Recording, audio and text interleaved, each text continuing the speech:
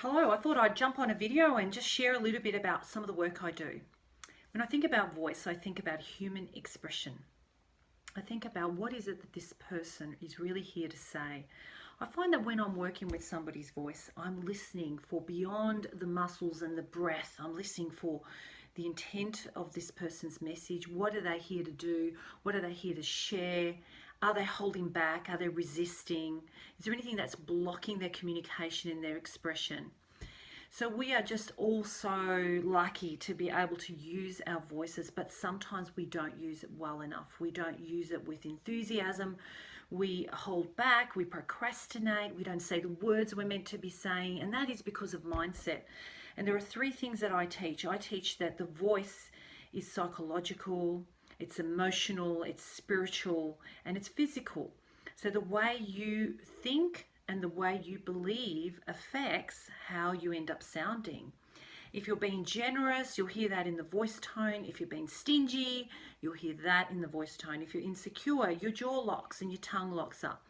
So whenever you see some of my ads, and I do a lot of blog posting every day, I'm really trying to open up this idea of vocal coaching to be beyond just voice technique, although, I'm passionate about that. I think there's no point having a message and not being able to be heard, or, straining, because that would actually limit your work.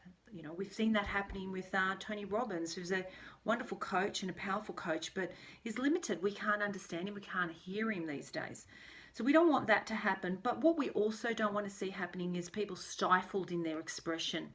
And I think the royal wedding for me was an incredible new, fresh voice for our world. And you can see what's happened there with the newness coming in and the expression. And that is voice too. It's expression and it's voice. And I can see how it changes, from time to time. Our world changes and our voice needs to change, our expression needs to change. But how do you do that when you're stuck in your thinking and you're still having behaviors, vocal behaviors that are from way back in the past? Sometimes even, we carry these these tonalities in our voice that are from our parents.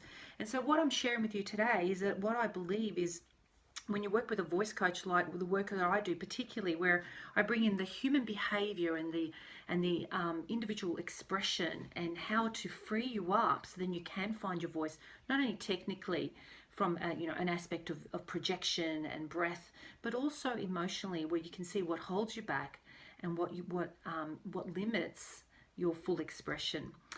I hope you enjoy this little video, and I'm hoping to do more. Thank you, and I look forward to hearing from you. If you want to know more, go to www.mariapelicano.com or contact me, and we can have a little bit of a discussion how I can probably come out and speak to your business and get out there and build some confidence around speaking, but also uniqueness and personality, and also show you some practical little things you can do to feel your own voice within your body in a more powerful way.